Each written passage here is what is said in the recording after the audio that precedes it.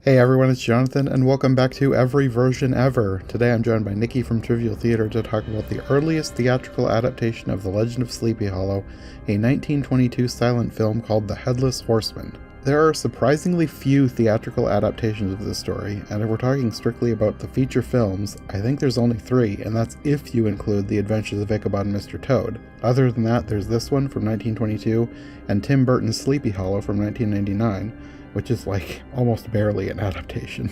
There are also plenty of other lesser known non-theatrical film adaptations as well, and we'll also be getting into a bunch of those this month, but I think we're going to actually use up all the theatrical films in this round of Sleepy Hollow versions because my friend Sam will be joining me later this month to talk about Tim Burton's version. But for now, let's dive into the oldest adaptation, The Headless Horseman, starring Will Rogers. Well, before we start, I might cut all of this out because I feel like I sound like an idiot, but Oh, before I started researching this episode, I could have sworn on my life that Will Rogers was an actor in the 60s who was in mostly westerns and married to Ginger Rogers. oh, that's okay. No, I think I always get Will Rogers and Gene Autry mixed up. I think because Will Rogers did, I think they were both cowboys, but I think Gene Autry was obviously the music guy.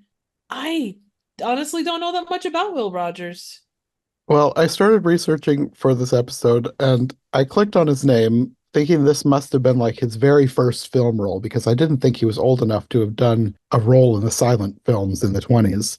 Hmm. And I was shocked to see he was born in 1879. And I was like, are there two Will Rogers? Have I been confusing this Will Rogers with a different Will Rogers this whole time? So then I saw he had a son also named Will Rogers, and I was like, oh, well, that explains it. I was thinking of his son. So I clicked on his son. Now, his son is a politician. He did some acting, but definitely not enough to have been who I'd been thinking of. Right. So, like, at this point, I'm like on the verge of becoming a Mandela effect believer. I've skipped universes, and now I'm in the one where Will Rogers was born in the 1800s and never married Ginger Rogers. So I Googled Ginger. She was married to a William at one point, but his last name was Marshall, and he was her fifth husband, and none of the other four were who I was thinking of either. So I started Googling famous Western actors and started going through the list. Oh God. And then the one who looked closest to the picture in my head of who I thought Will Rogers was John Wayne. But like I know who John Wayne is. Like he Right, was right. born an hour and a half from where I live. Like Right, how on right. earth would I mix up Will Rogers and John Wayne? Well, I think a lot of those guys though, they all kind of had a similar, like there was a type that played cowboys, you know? Yeah. Well, I kept scrolling through the rest of the list that Google brought up and I saw Roy Rogers. I Oh, was there you like, go. oh, good grief. I think my brain scrambled up three completely different people into one amalgamation of a person and just decided all on its own that this non-existent person was Ginger Rogers' husband. And You know, and there then I looked up who Roy was married to, Dale Evans, also not Ginger Rogers, but I looked at what she looked like and what she's been in, and I realized I think my brain has been scrambling up Ginger Rogers and Dale Evans also. but you know what? You're screwing them up consistently, so that's not a bad thing. Apparently. Because like last year, I did all three versions of Rogers and Hammerstein's Cinderella for the podcast. And I Hmm. remember thinking, because Ginger Rogers is the queen in the 69 version. And I remember thinking she didn't look quite right, but I blew it off. I was like, oh, she must have just been older than I remembered. No, I think I was thinking of Dale Evans and I just combined her with Ginger Rogers in my head like they were the same person. I was gonna say Ginger Rogers is kind of like the height of her career was kind of 50, like 40s, 50s, and early 60s. Yeah. No, I think I just scrambled up a whole bunch of people and thought they were the same people. You know, it's easy to do though. You've got again, you know, you kind of have like all those names kind of intercrossing. You know, you got Roy Rogers, you've got Will Rogers, you've got Gene Autry, you've got Dale uh whatever her last name is. Like there's so many that do very similar things and they cross-platform a lot of stuff. I mean, there's a Hmm. Roy Rogers restaurant in Canada, I think. Or maybe it was New York. I don't remember, but I remember hearing about it. So apparently they had really good burgers, but no, that's understandable. I think that there's a lot of people that, it's easy to cross over. It's like Adam Baldwin and then you have like Alec Baldwin. They're not related, but they both have the same last name and they look vaguely similar. Aren't there a bunch of Baldwins that are brothers? Yes, you've got William Baldwin, another William, Alec Baldwin. Who else? There's like four Daniel Baldwin. Um, one of them was in Young Riders back in the 90s. I feel like every time I see one of them, they annoy me. Like I couldn't get into 30 Rock because I did not like his character. I don't remember which Baldwin that was. That was He Alec annoyed Baldwin. me.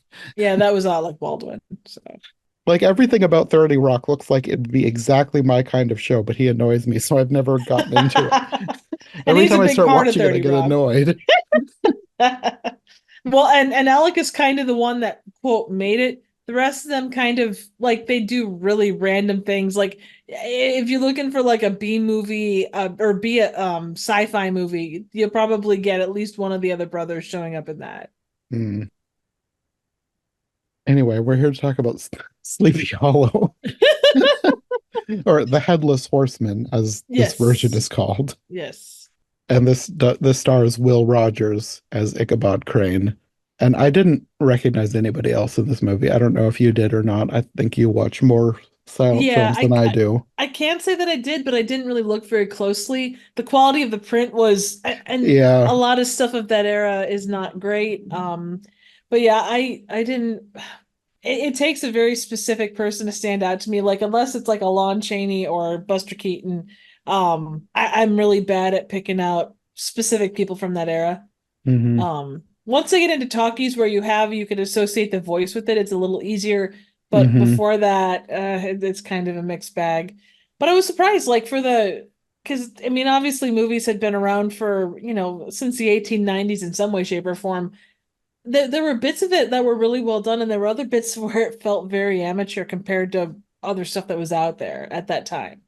But yeah, there were parts that it felt like they were telling the story they were wanting to tell, and then there were other parts that were like, hey, let's just throw in somebody doing a cockfight. And for the era, that's not outside the box. I'm sure that they were trying to go for that sensationalism. I mean, that Hollywood is not that different than it was then, truly. Yeah. Well, I mean, I won't say that I liked this version, but it was better than I thought it was going to be. It did have some issues though. But what I guess one of the biggest one is that it was hard to tell sometimes what was going on because it's such an old print that has not really been restored. Like there were Right. times when like a title card or the narration cards, whatever you call them, would pop up and I'd be like, who's talking? I couldn't tell who was supposed to be the one saying this. Right. No, and even the quality of the title cards, just because it was such a skinny font, there were places Mhm. where it was really easy to lose parts of the words. Yeah, I Because kept having to again, the age pause difference. and like squint at my screen and for a few of those cards. No, agreed. Like the music was very well done. It was regarded that was probably when you had silent movies like that, they wouldn't have like a set score with them. They had live tracks, so whatever the organist decided that they wanted to play, or if they had something on hand that was supposed to go with that movie, they would play that. This was not original soundtrack, but it matched it very well. Did yours start with Toccata and Fugue? I used the one that you did, so I think so. Okay, because I when that started, I was like, okay, well, this is not really like it didn't sound like they were even trying to go for the silent movie feel. I did Shazam on it, and it was Kevin MacLeod, like the YouTube composer guy. Oh yeah, it's possible given because the channel that it was on, did you have like loads of commercials? No, I maybe we watched two different ones because I think I downloaded mine from the Internet Archive. Okay. Because I think I downloaded that one after, because I looked on Wikipedia and then Wikipedia had a link to the Internet Archive. But then I think when we were talking, I think I just found you a YouTube link. So maybe Okay, we watched then two different ones. very possibly then. I know that the music was it might have actually been the same print, but because I had the same issues, it was very like music wise, it was solid. But yeah, as far as the quality of the print, it was very much that way. And if someone was pulling it off of YouTube, or it was pulled like it was either pulled from Internet Archive to YouTube or YouTube to Internet Archive, it could have been a similar print. And being that it's in Comtech music, that would make sense if it was pulled from YouTube. Hmm. But yeah, the amount of commercials, like normally with silent movies, unless it's a really popular one, you'll never have commercials on those suckers. And this had probably 10 commercial breaks over the course of the hour and 16 minutes, Hmm. which is neither here nor there. It's just one of those weird things like, oh, well, normally you don't have that. Yeah. And I have not finished reading the book yet. This is the first one of the series that we're recording, so I'm still at the beginning. So I'm not 100% sure how accurate to the book this is, but I think that they have made up a bunch of the middle because I don't remember, like any of the versions that I've seen in the past, I don't remember anything about him being accused of witchcraft and almost getting tarred and feathered. Yeah, that was quite strange. The fact that the place had clearly been turned upside down and they accuse him of witchcraft. It's like that doesn't make sense. Why would the place be completely destroyed if he was the one initiating it? Yeah, I don't know. Well, and for that time too, it's such a mixed bag. Like a lot of the adaptations were very where it's true to the source material. To have something so outside the box, not to say it doesn't happen. I mean, again, Hollywood is still Hollywood, but that's Hmm. interesting that it was so, if that's the case, so different from what it was. Yeah. There were a few things that I know that they changed. Like, well, we'll get there, but the end, they made it very clear as to what happened rather than in the book it being ambiguous. Interesting. Well, starting at the beginning, we have the introduction of Ichabod Crane, the new schoolmaster arriving from New York, New York. Nieuyorke. I had never seen New York spelled like that before. And I'm not sure, being that Sleepy Hollow was supposed to be kind of a Dutch colony or Dutch city or Dutch enclave or whatever, maybe there Oh, was is that something like to a do. Dutch spelling? I have no idea. This is me completely spitballing. Hmm, okay. How was it spelled again? I don't remember. It was Nieuyorke. hang on. My computer's being slow. Oh, maybe it's Dutch? Well, that would make sense. Yeah, it's Dutch. Okay, that makes sense then. Yeah. So it's definitely Dutch. So they were being culturally accurate. Imagine that. Oh my goodness. What are the odds? Well, the thing is, New York, or it was before it was New York, it was it New Amsterdam? I And it think was so. heavily Dutch before was it the English that came in and bought it? Somebody came in and bought it, and so like Wall Street was a town with a wall, or a street with a wall on it. Yeah, anyway, quite interesting. Anyways, back to the movie. Yes. We get more establishing shots and title cards introducing Katrina Van Tassel, daughter of Balthus Van Tassel, and Brom Bones, whose real name is Abraham Van Brunt, who it says is Katrina's most favored suitor. Yes. And then you get some more establishing shots around the town, including some kids tickling the feet of a man in stocks. I think that was a pretty common thing back then. The kids were kind of rude. And then you've got Ichabod arriving by coach, being introduced, and the town thinks he is a strange Yankee, and they seem upset because he's not Dutch. Right. That would make sense then. I was seeing a couple of things where they were talking about him being a Yankee, and it's like, well, that's kind of the area of the world, but yeah, if they're Dutch, that would make a lot of sense as to why they didn't necessarily enjoy Yankees. Mm. And then there was a title card in here that was one of those where I was not sure who said it. I'm assuming Brom saying that Ichabod had better keep his eyes off Katrina. I would assume that would make sense. So then there's another narration card explaining that the town is haunted, and Ichabod never dreamed how soon he would encounter the chief of its legions of ghosts, the mysterious Headless Horseman. And I don't know if they're like, given the way this ends, with it not actually being a ghost. I don't really know what they're going for here because it actually shows a ghost. They do like a double exposure thing, showing a skeletal ghost summoning a ghost horse, which was an interesting effect. Pretty good Oh for the yeah, time. absolutely. I mean the double exposure thing was, I mean, they'd been making films for 30 years at that point, on and off, but yeah, it was still an early time for a lot, it was still a lot of experimentation at that point. So it Hmm. was a nice effect. I enjoyed it too. And then it explains that historians allege that the ghost was that of a Hessian trooper who goes out each night in search of his battle severed head. Poor guy. He'll never get ahead in the game. Then you get scenes of Ichabod teaching and using his birch of justice.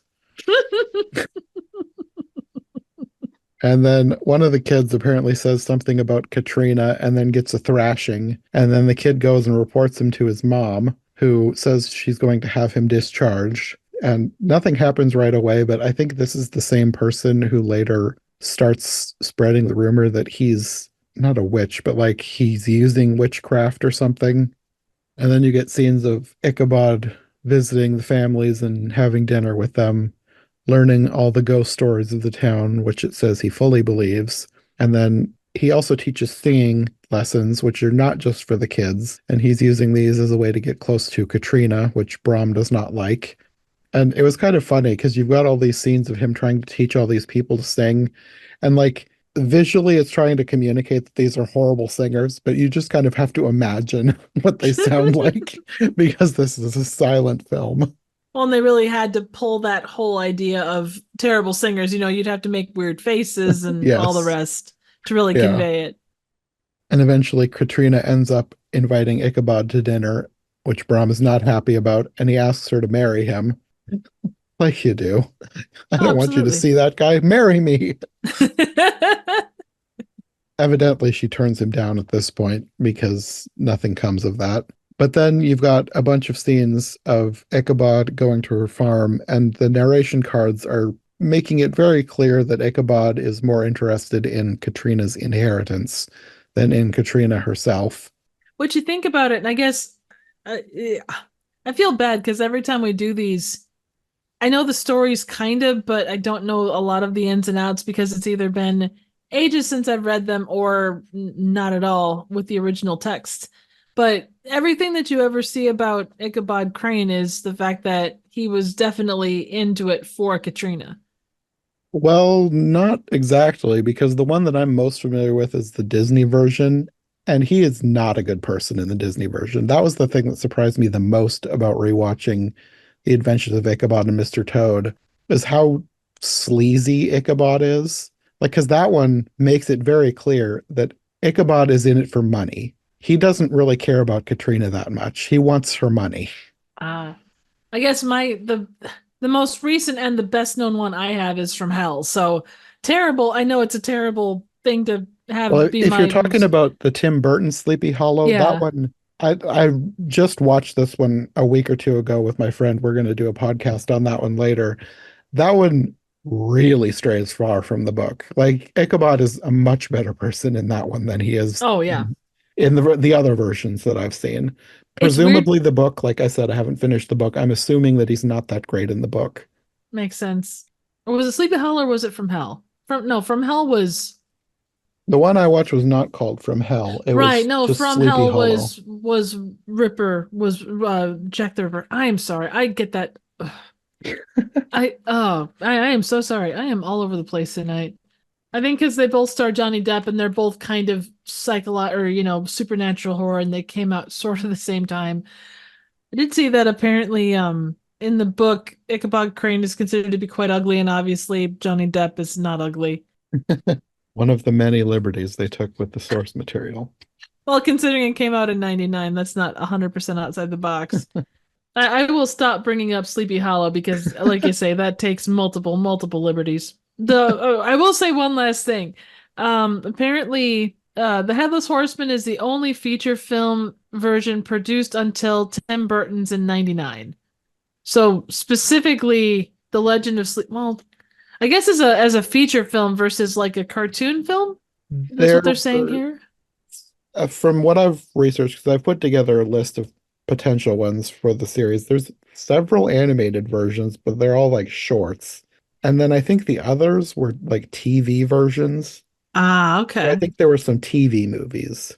So yeah, this would have been in theory the only what like the only feature film like in theater film was this and then the 99 Sleepy Hollow. Hmm, that's a big gap. It is. Well, I suppose when you think about it, the story itself is relatively not that it's a small story, but it's kind of short to try and lengthen that into a full length. Not that they didn't do it there, but I feel like that should make it easier because, like, a lot of times the biggest complaint about adapting a book is that movies cut out so much. So there's true. a lot less you have to cut out if you start out with a short story. But I wonder too that like given that much freedom, sometimes like all the weird stuff in the middle of this one, if it is, Yeah, random stuff. so far I've only watched two for this series, so it'll be interesting to see how much different versions add on. Because, yeah, I didn't think about it, but with this one adding the whole witchcraft plot and then Sleepy Hollow totally doing its own thing in pretty much every way, Oh yeah. it does make me question how detailed the story is. I need to actually read it. It's not that long. It shouldn't take me that long. I need to just sit down and read the thing. So maybe there isn't enough to like fully do a feature film. Because with like the Tales of Ichabod and Toad, how long is that cartoon? Barely a half hour. Like it might be a little more than a half hour. Yeah. That might be, I mean, obviously they've made full length movies with sequels based off of, Disneyland or Disney World rides, poems, whole nine yards. You can make a movie out of anything. They made a movie out of emojis for goodness sake. But yeah, I suppose if you wanted to make a good one, it's a question of okay, how do you go about that? Hmm. I made a specific note of a really stupid, cheesy line. It's like apparently bad pickup lines were even a thing back then, because he comes up and says, "From a distance, I thought you were a lovely swan that had forsaken the water." At one point, and this is my mind goes weird places. I don't think it's at this point, but I didn't write down what time, like when it happened. One of the title cards says Ichabod enjoys the regions of delight on Katrina. Okay. It's like, what? Are you referring to her like her top or her shoes or her face? What are the regions of delight? Sometimes I can't tell if like an old movie is saying something inappropriate or if that's just the way they phrased something back then.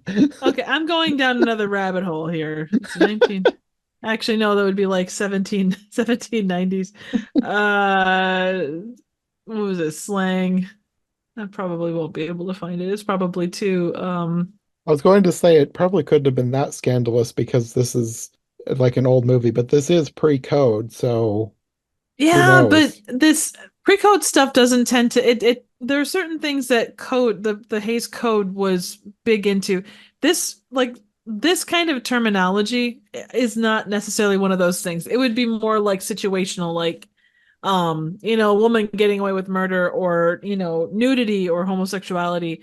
Hmm. Something like this, I think you could have a cheeky writer that's like, you know what, I really want to, be cheeky and, make all the people that know what it is all silly, but it's such a strange, Yeah. it's such, yeah, I don't know. Yeah, I got nothing specific. It's just odd. Well, according to this, Regions of Delight is an initiative in Austria that aims to promote regional food and establish Austria as a European culinary destination. Uh, it's also a That's song. not what Ichabod was referring to. Not really. There's also a vintage roadmap with Regions of Delight from 2001. Oh, that's okay. So it's apparently in the actual text or something.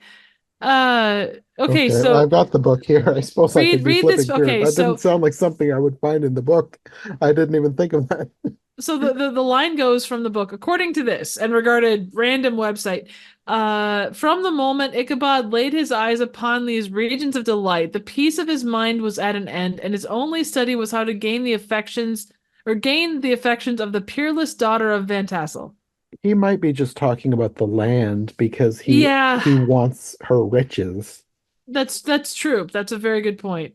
I apologize. I paraphrased in a weird way. That was my interpretations. Oh God. I am sorry. We are so off the rails. It doesn't I mean, it might make this podcast more entertaining to listen to. Oh my God. I am so sorry though. That was no, that makes more sense that they're talking about the land around Katrina and what marrying her brings to the table. That Yeah, that makes a ton more sense. John, thank you for being level-headed and not a complete idiot like me. I mean, Oh I man. combined three different actors into one person and wondered Yeah. why Will Rogers was was in this movie when he was, Oh I man. thought, in the 60s. I mean, he could have been alive in the 60s. People like that could be long-lived, but oh dear God. Oh man. I'm so sorry. Anyways, back to the movie again. Yes. Random tangent number 75. This is where you have the scene with Brom. It says he's always looking for a fight or a frolic, and then he's doing a cockfight with somebody. And As you do. I'm going to assume that these are actual roosters getting actually hurt at this point because there's no SPCA to protect the chickens in the Yeah, at that time and 1920s. place. Well, and this would have been it probably would have been past that for actual westerns, but there was a time in westerns, and I think it was more the early teens, where they would actually shoot like have live ammo, but they would Mm, shoot kind of generally in that direction, but aim for the ground. But there were mm. people that got injured, definitely. Oh, yeah, I could see that. And then I think this is supposed to be like an awkward scene with Ichabod praising Mrs. Van Tassel's cooking, but then they say that the credit goes to Clorinda, who is, I'm going to assume their slave because this is the 1700s. Like, I suppose she could be a servant, but I'm assuming 1700s she's probably enslaved. I would agree with you on that front. And then he tries to save face by saying that Mrs. Van Tassel should still be congratulated for selecting such a good cook. There's a scene after dinner where Balthus offers Ichabod a cigar. I'm assuming it's a cigar because he says he doesn't want to smoke because it would set a bad example for the youth. And he only has one weakness, the ladies. Apparently, Katrina finds this delightful for some reason because she starts fanning herself. Like, if somebody said that to me, I would be like, ugh, get away from me. It was a different era. And then you get a scene of them talking about books, and he's talking about having read and being a perfect master of Mather's History of Witchcraft. It's like the phrasing makes it seem like they're setting up the possible accusation there, but he's only talking to Katrina, and she's not the one accusing him of witchcraft later. Right. And then he says he reads all kinds of things, and it's because he enjoys imparting knowledge to rural people. So he's quite urbane, is what you're saying. I don't know if they meant that to be funny, but it just sounded like something a snooty rich guy would say to talk down to simple country folk. Well, I mean, I think that it certainly would have a basis, maybe not outrightly said, but certainly implied, given the time and place. Mm-hmm. Whether you're talking about the 1920s or the 1790s. And then you see Brahm watching them, and he's not happy about this. He tells his friends to meet him at the schoolhouse. We'll give this brazen Yankee a scare he won't forget. And then there's a title card that says, The Hour When Ghosts Come Forth. And then it shows Brahm's gang is trashing a school. They do definitely play it more as across the board, even to the end. It was definitely more making or, kind of screwing with the new guy. Mm-hmm. Which is true to the book, at least Brahm messing with him. Because, like, the book not the book. I don't want to skip ahead, but like the book, it doesn't say that Brahm is behind things, but it does imply that he Hmm. is. So Brahm is very anti-Ichabod and wants to get rid of him. So then you have the next day at school, Ichabod thinks that witches held a meeting there, and he tells the students to clean it up, saying that this should be a lesson to them to study and respect their betters, or the devil will set upon them next. Again, snooty urbane man. He should have picked his phrasing better because the kid who he'd previously beat goes home and tells his mom that he thinks Ichabod is in league with the devil now. And then there's a scene with Ichabod trying to go to church, but a black cat won't leave him alone. That's awesome. I love that. And then at church, everybody's singing, and I think like all the ladies are like looking at Ichabod like, ooh, he's so handsome, except for this one old lady who looks disgusted. And then the preacher gets up in front of everybody, and the title card says, Sermons were long in those days. And then it shows everybody falling asleep. And the preacher says, And 50thly, everyone. And he looks annoyed. And there's this guy going around with a big stick poking people to wake him up, which I think it's been so long since I read any historical fiction, but I seem to remember that being a thing, like a person who would go around and like hit kids and poke people who were falling asleep. Oh, I could see it. I feel like that was the thing. I don't remember what this position was called, but I think it was a real thing back then. So I'm just looking up because I'm curious on IMDb, like what this is called. So, comedy, horror, whatever. This is listed as a comedy drama horror. Okay. So there is some humor in this, whether there is humor in the original story or not. Well, I found a bunch of it funny, so I guess that's good. I was supposed to. I Yeah. didn't know if I was finding things funny that they didn't intend, but maybe they did intend all these things that I'm laughing at to Well, be funny. again, it was, humor was not outside the realm of, that era of time. Hmm. The tagline for this is this picture will make you come miles to see rain or shine. And then there's a shot of the guy with the stick looking like he's going to fall asleep too. So the preacher starts yelling, Fire! And then everybody's wide awake, looking around like, Where, where? And he says, In hell for sleepy Christians like you. I was like, that doesn't sound very biblical. Well, you got to put the fear of God in your people so they can stay awake to listen to what you're talking about, I suppose. I feel like he should be afraid about making up his own doctrines on the fly like that. That Also seems like true. something he could go to hell for.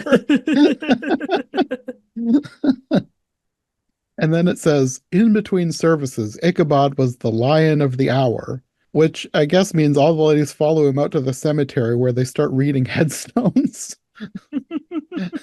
And one says, Here lies the body of John Mound, lost at sea and never found.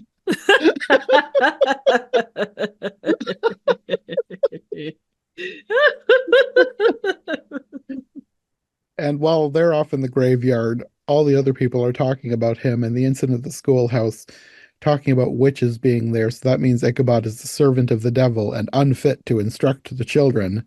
So they decide to set a trap for him. And I think this is the mom, Dame Martling, invites him to Hmm. dinner. And then they're talking about witchcraft, asking him about the book. And they think that his explanation means that he's a witch doctor and they want him to resign. And he accuses them of plotting against him, refuses to resign, and leaves. So then they are actually plotting against him now. They decide they need evidence in order to get rid of him. And Brahm overhears this and decides to do something about it. He does And something about it, okay. apparently, his plan is to get a kid to pretend that Ichabod bewitched him for not going to school. The kid goes to the people who are looking for evidence and plays ill, and they believe him without question. They decide that Ichabod needs to be tarred and feathered and run out of town on a rail. And that is not something they're just saying. They are actually cooking up a big pot of tar and getting feathers. They are actually going to do this to him. Isn't riding someone out of town on a rail, isn't that in reference to like railroads? Like putting someone on a train? I don't think so. Let me look it up. I think it's some kind of a torture thing. Riding the rail is a punishment most prevalent in the United States, where the offender is made to straddle a fence rail held by the shoulders of two or more bearers. The subject was then paraded through town or taken to the city limits and dumped on the roadside. Okay, yeah, you're right. I always assumed that it was riding a rail was, yeah. I I think it's something like I'm not an expert in ancient tortures, but I think they would tar and feather them, stick them up on the rail, and then get rid of them that way. makes Like sense. riding them out of town on the rail is like showing him tarred and feathered to everyone in town as like a warning. Like this could happen to you too if you don't behave. I think I'm thinking of riding the rails, not riding out of town on a rail. That makes sense. I did find it funny though that while all of this is happening, Ichabod is just innocently playing with a little girl and a kitten. Aw. So all these people run in and grab him, and then I think it's one of the Van Tassel slaves, sees what's going on, and he runs back to get help. And they eventually find the kid who accused him and get back just in time to save Ichabod. And the kid confesses that not only did Brom hire him to play sick, he actually gave him something to drink that actually made him sick. So now the town wants to tar and feather Brom instead. Well, at least their justice is equal. Yeah. But then again, I couldn't tell exactly who was talking. I think it's Katrina intervening and saying the best way to punish Brom is to make him apologize to Ichabod. Very true.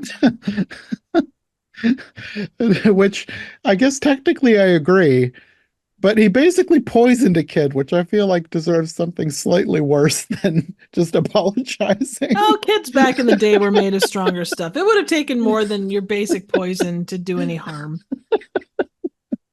And then Ichabod seems to forgive him way too easily. And after this, we have the party scene.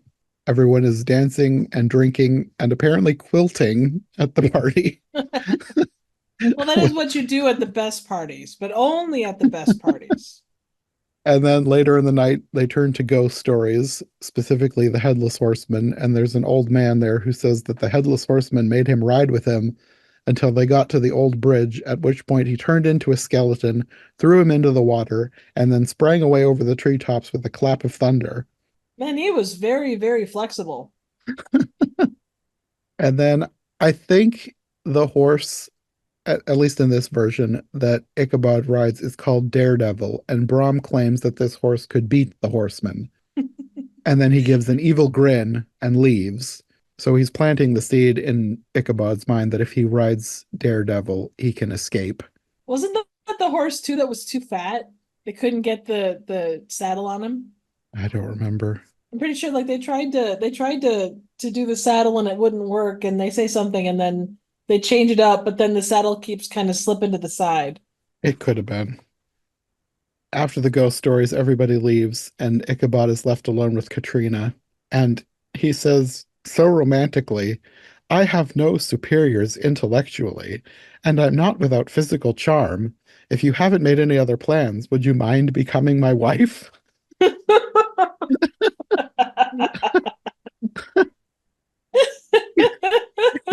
And she doesn't say anything, but she looks kind of disgusted, and he looks disappointed, and he says, I had sort of planned on it.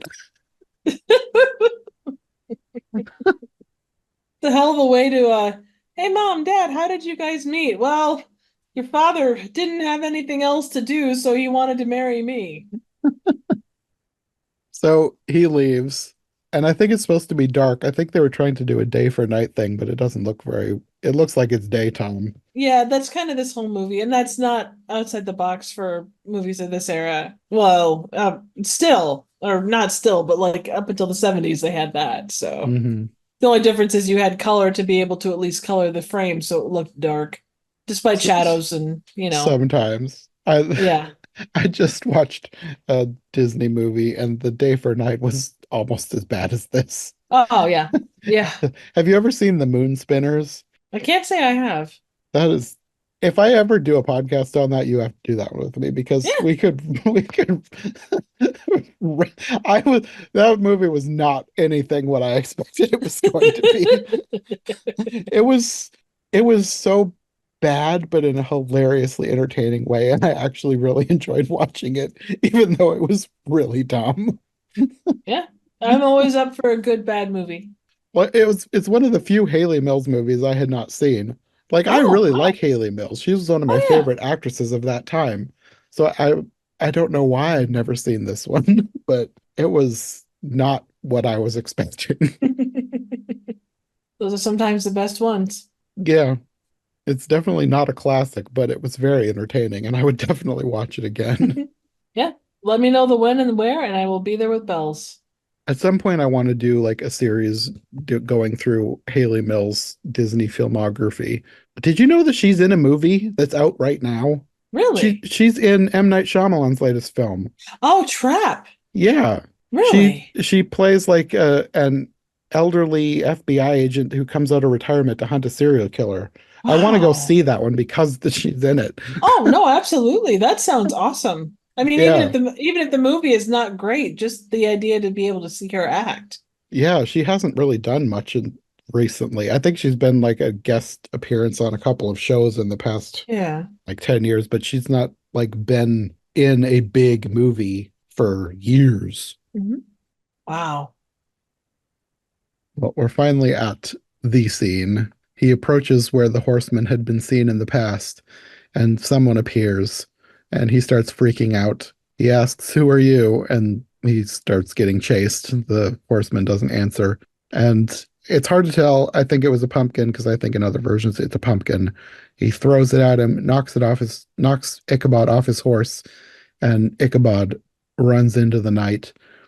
And then the horseman takes off his costume, revealing that it is Brahm, which in the book there is a line that talks about Brahm chuckling to himself anytime someone brings up Ichabod and that night. So it's implying that Ichabod knew or that Brahm was behind Ichabod's disappearance, but it never comes out and says Brahm dressed up like the Headless Horseman to scare Ichabod out of town. Right. So this one just straight up says it was Brahm. I suppose too, you want like a definitive conclusion to the movie. Hmm. And then the narration card says that his pupils waited for him all week and he never came back. And then Katrina and Brahm get married. And then there's a card that says several years later, they received news that Ichabod was alive and well and was now a justice in the 10-pound court, which I'm not sure what that is. I've looked in the book and it says that in the book too. So Huh. I'm Interesting. I'm not sure. But then there's also a line in the book and paraphrased in this movie too that the country wives didn't believe it and maintain to this day that he'd been carried off by the headless horseman.